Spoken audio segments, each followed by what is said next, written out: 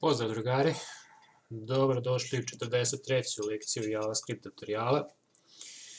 Evo, u ovoj lekciji ćemo još jednom, odnosno u drugom primjeru da objasnimo ovu ključnu reč this. Nadam se da će ovaj put biti jasnija. Evo o čemu se radi. Dakle, prosto treba da ispiše ove podatke koje smo ovdje naveli u ovom nizu. Pa, hajde da vidimo, ništa posebno. Ovdje sam ja naveo neke osnovne podatke od kompanije Motorola.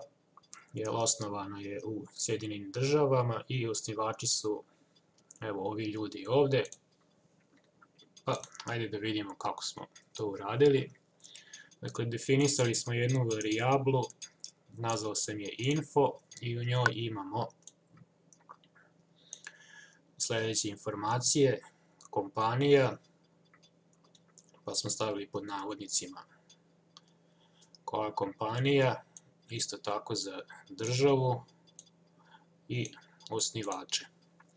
I u sljedećem redu smo pozvali funkciju, odnosno imenovali smo ovdje u informaciji funkcija, pa smo pozvali funkciju i u njoj kažemo sljedeće.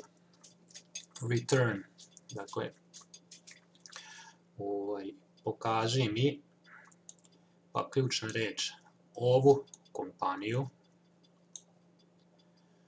plus, pa ovi prazni znaci navoda u stvari predstavljaju razmak između teksta, pa kažemo ovu državu, this država, dakle ovo, i plus this ovi osnivači.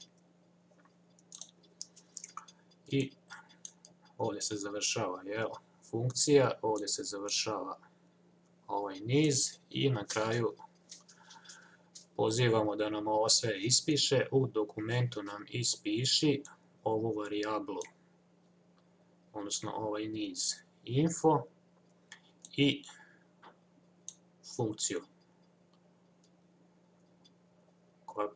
koja u stvari predstavlja ovo ovdje.